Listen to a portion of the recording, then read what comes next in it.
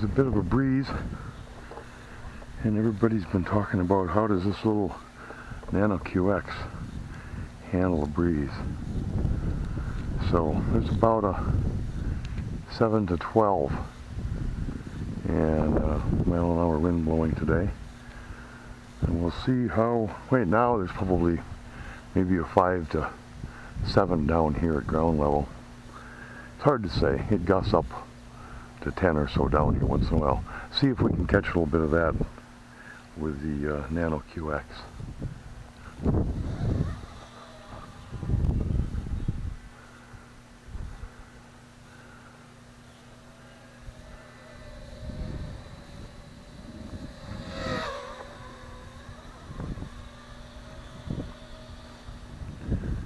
Flying in stability mode.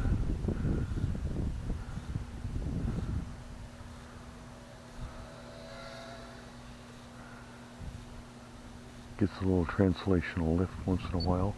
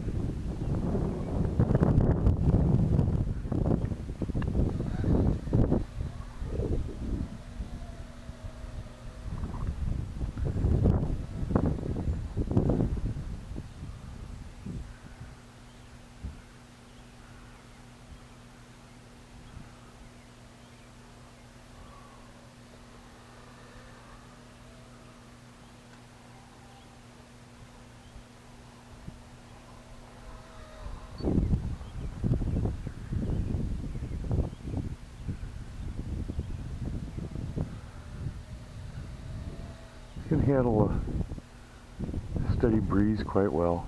I think it should have no trouble in a 10-mile-an-hour breeze. It's interesting, in a stability mode, it handles turbulence and stuff a lot better than the MQX. I'm going to hit myself here. Even though the MQX has a higher top speed and can make headway into a stronger headwind, this thing in agility or in stability mode is so stable. There's a good gust over 10, and it'll still make some headway.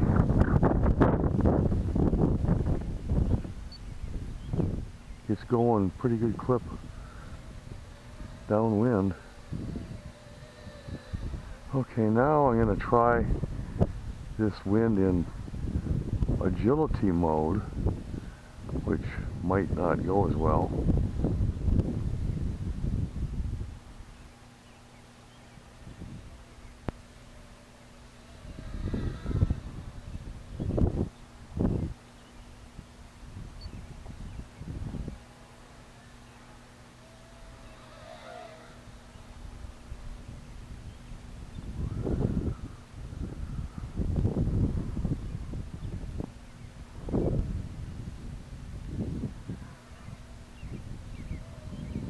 I can fly it in this wind in agility mode, but it's not fun. I went back into stability mode because I couldn't see which way it was pointed. Back to agility again.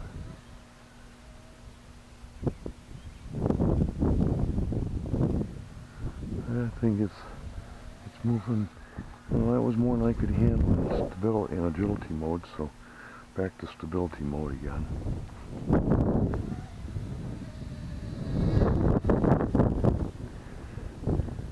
Well, about a 10-mile-an-hour headwind. 8, maybe 8 to 10.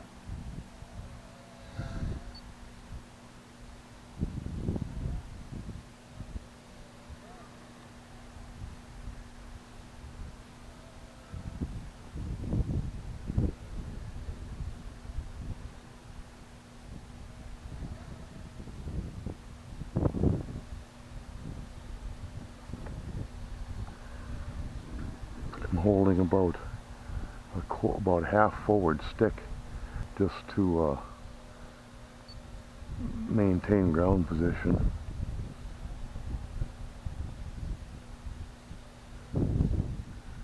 But yeah, it'll still get up and go if you want it to.